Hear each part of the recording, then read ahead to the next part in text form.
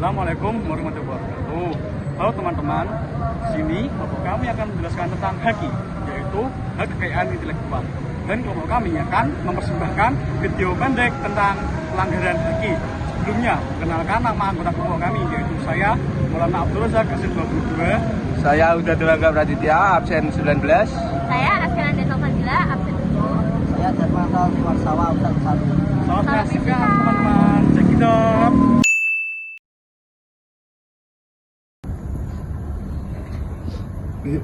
Lihat deh, ini FYP ku kok posternya jelek banget sumpah. Iya anjir, kayak orang yang bikin ya jeleknya. Ayo cek mendingan yuk. Woi, bisa bikin poster gak sih?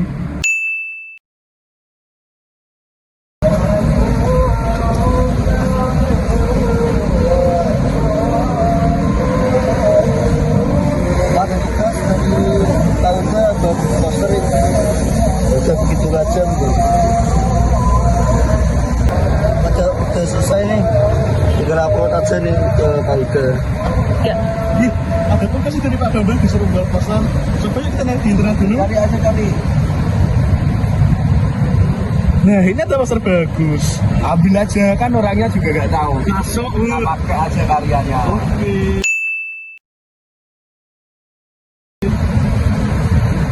Ini tugasnya si Adit kok jadi draftnya Mang deh? Maaf deh, Ya kenapa? kok tugas si Adit ada di draft kalian sih? Ya gak apa-apa dong. Lagian kan juga orangnya gak tahu. Iya. Kok bisa nggak tahu? Emang kalian nggak tahu? Haki itu apa? Apa sih itu lagi? Haki itu adalah hak kekayaan intelektual adalah hak eksklusif yang diberikan kepada pencipta atau pemilik atas hasil olah pikir manusia dalam bentuk karya kreatif atau inovatif. Konsep ini melindungi kekayaan intelektual seperti pencipta di bidang seni, sastra, ilmu pengetahuan, dan teknologi agar pemiliknya dapat menikmati manfaat ekonomi secara sah. Di sini saya akan menjelaskan jenis pelanggaran hak kekayaan intelektual yang sering disebut sebagai HAKI. Yang pertama, pelanggaran hak cipta seperti penggandaan tanpa izin, melibatkan fotokopi buku, pengunduhan atau distribusi film atau musik berdasarkan secara komersial yang merugikan pemilik hak ekonomi. Sanksi pidana hingga 10 tahun penjara dan denda 4 miliar rupiah berdasarkan Undang-Undang Nomor 28 Tahun 2014. Lalu ada plagiarisme atau modifikasi ilegal.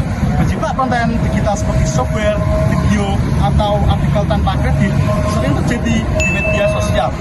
Pemilik dapat menuntut rugi, data, dan penghentian pelanggaran. Lalu ada pelanggaran paten seperti produksi atau penjualan produk paten tanpa lisensi. Produksi barang yang melanggar investasi terdaftar seperti obat generik tanpa izin yang diatur oleh Undang-Undang Nomor 13 Tahun 2016 dengan pidana maksimal 4 tahun penjara dan denda sebanyak 2 miliar. Terus penyitaan barang-barang ilegal.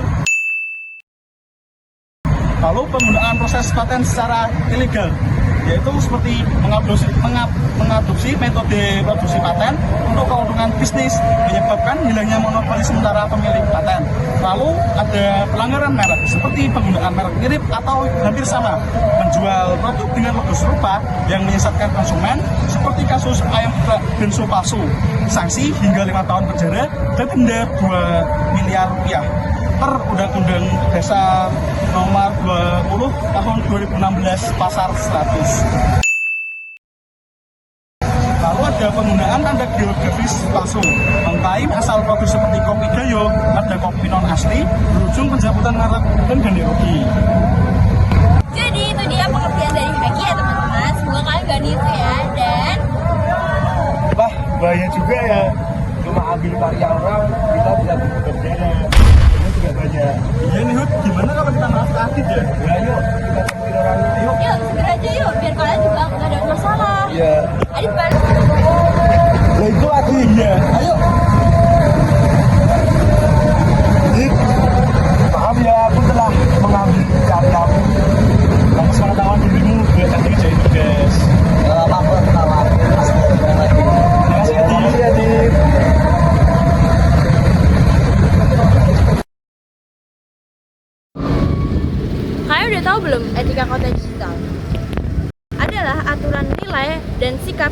dipatuhi seseorang saat membuat, menggunakan, menyebarkan konten di media digital agar tidak merugikan diri sendiri maupun orang lain.